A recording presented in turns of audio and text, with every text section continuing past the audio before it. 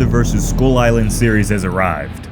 Amidst the chaos and terror of this brand new adventure, we caught sight of Kong's most dark and horrible secret, something that puts Kong's good guy status in this universe into question. Did you ever imagine that Kong would become a cold-blooded killer who devours innocent lives? That's the topic for this video. Make sure and leave this video a big Kong-sized thumbs up and consider becoming a resident of Dangerville by stomping that subscribe button. Kong, or rather King Kong, has consistently been described as a guardian of Skull Island. A beast that not only ruled this land, but also one that carefully watched over it, ready to take on any invaders. But Monster vs. Kong in particular has one aspect that makes him stand out considerably in front of the others: his ginormous size. Going back to the year 1973 in the Monsterverse lore, Kong at that time was a healthy size of around 100 feet tall, still small enough to fit within the local food chain without destroying the entire ecosystem. But once he defeated the big skull crawler, the island no longer had an opponent of Kong that could keep the big ape's growth in check. Once his mortal enemy was no more, Kong had no competition, and he began to grow once again. Kongs in the Monsterverse seem to work a lot like fish or reptiles in our real world, especially the ones we keep as pets. They grow as large as their local environment can handle, and regarding Skull Island with no large threats anymore, Kong quickly became not just a big fish on the island, he became a god. Between 1973 and 1993, Kong more than doubled in size. But to grow that much, that fast, he needed to consume an insane amount of calories. In the Netflix series, we see a Kong who grabs and consumes almost every living creature that stumbles in front of his gaze, even going as far as having a trained gigantic hawk beast go out and hunt for him, where the winged creature would scour the land in search of victims that it could swoop down and grab at before they even knew what hit them. And after claiming this prize for Kong, the hawk would fly back to his lair, drop the unfortunate individual on a raised platform that was way too high for most creatures to climb down from, and left them there.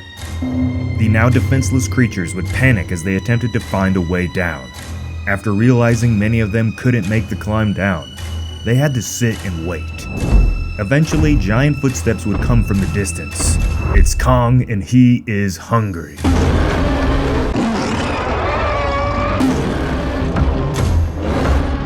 No matter the species, no matter if they meant Kong or the ecosystem harm or not, he threw them in his mouth like a quick snack. But this wasn't to be cruel or gross. This was what Kong needed to do to survive at this point. Growing so large, so fast, Kong quickly hunted and killed out most of his typical prey like the giant squids on the island.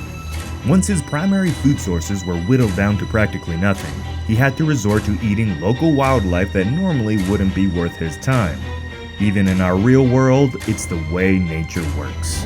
This is a taste of what the comic Kingdom Kong and Godzilla vs. Kong alluded at, with Kong growing so large that he began to become the problem on the island. From its hero to its villain.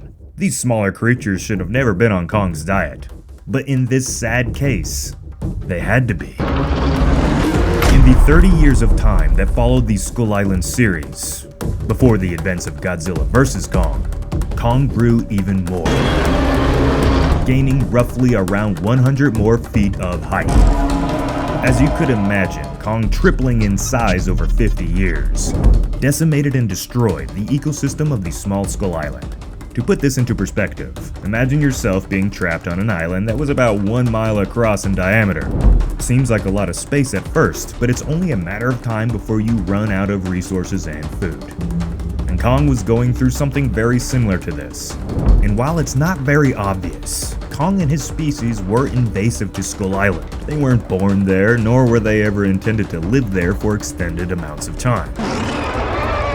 And just like invasive species in our real world, Kong slowly destroyed the ecosystem till there wasn't much left. So what is Kong's dark and horrible secret?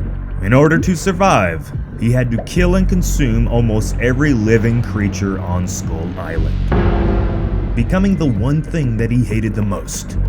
Living souls he once protected were now ending up on his dinner plate without a moment of thought. It was all about survival. King Kong has always been a creature of cinema that audiences have naturally become curious of, and over the nearly 100 years of his existence in our real world, most consider him a caring and misunderstood creature.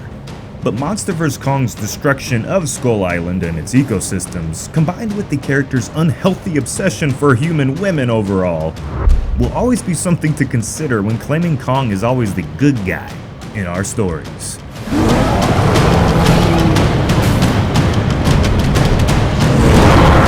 If you like this lore video and want more like it, leave the video a like and tell me how you felt watching Kong eat defenseless creatures on Skull Island. Overall, the show was pretty good, but it did do some things poorly, and its legacy, at this point at least, is undetermined. But one thing the Netflix series did show very well was our big hairy friend Kong at this current stage in his life, although he should have been in the series a little bit more, and I think we can all agree there. But it was still very nice to see but a glimpse of this dark time in his life, as he began to outgrow his home of Skull Island, and had to turn on all the little creatures that he once loved. One thing I can ask for regarding Season 2 would be to see more of Kong's everyday life. In this series, he was simply used as a tease to build up to the big battle at the end. But if we do get that Season 2, I want to see Kong do more everyday things, you know, like eating small defenseless creatures. But what do you guys think?